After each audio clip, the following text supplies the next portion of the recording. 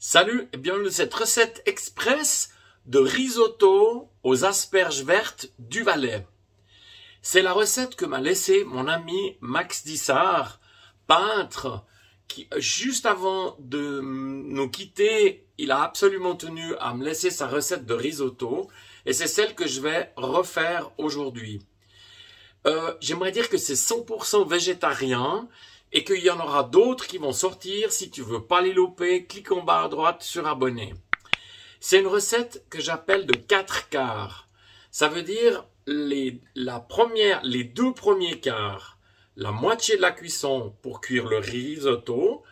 Ensuite, on va ajouter une partie des asperges. Je vais te montrer pourquoi et comment.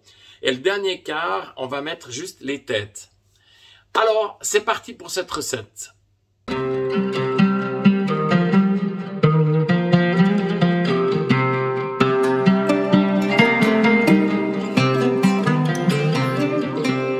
Pour cette recette, il te faudra du risotto d'Italie, un peu moins de 400 grammes pour 3 personnes. Il te faudra donc un oignon émincé finement. Il te faudra donc une boîte d'asperges du Valais. Je vais te montrer comment je les prépare.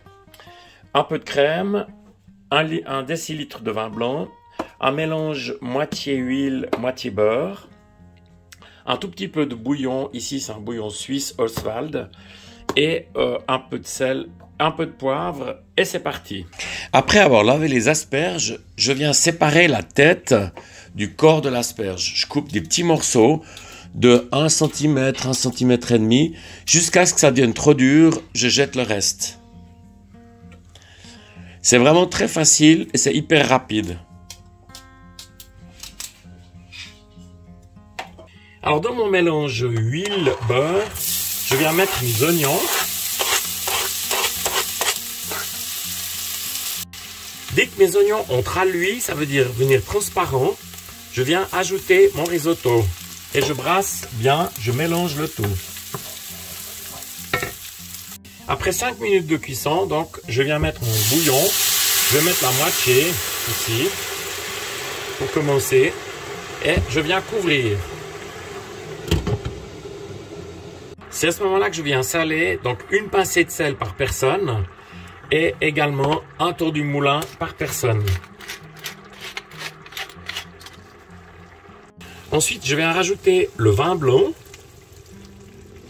et je brasse. Alors le vin blanc, l'alcool va s'évaporer. Il restera juste un petit goût délicieux qui ira super bien avec le risotto.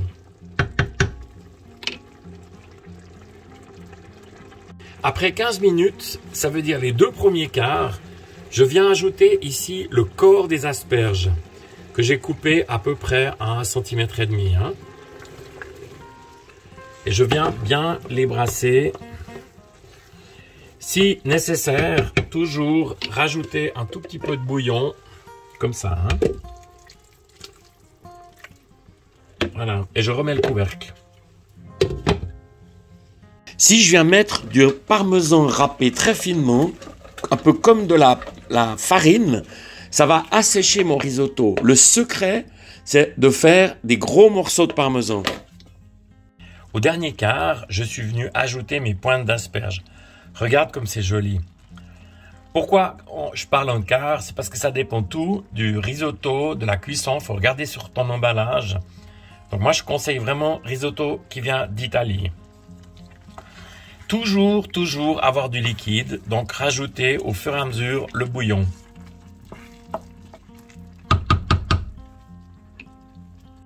À la fin de ma cuisson, donc je viens ici mettre ma crème généreusement. Donc je vais mettre la moitié du berlingot qui fait 2,5 décilitres. Et je brasse. Le risotto, ça doit jamais être sec. Toujours un petit côté comme ça, crémeux. Et pour ça, donc, je n'hésite pas à rajouter toujours un peu de bouillon. J'avais oublié dans la liste des ingrédients, mais je viens mettre un tout petit peu d'huile d'olive ici. C'est de l'huile d'olive qui est faite par mes amis.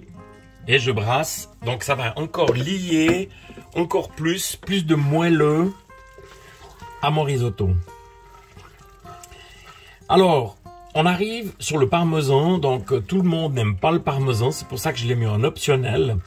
Mais enfin, ceux qui l'aiment, c'est à ce moment-là que vous pouvez rajouter du parmesan ou pas.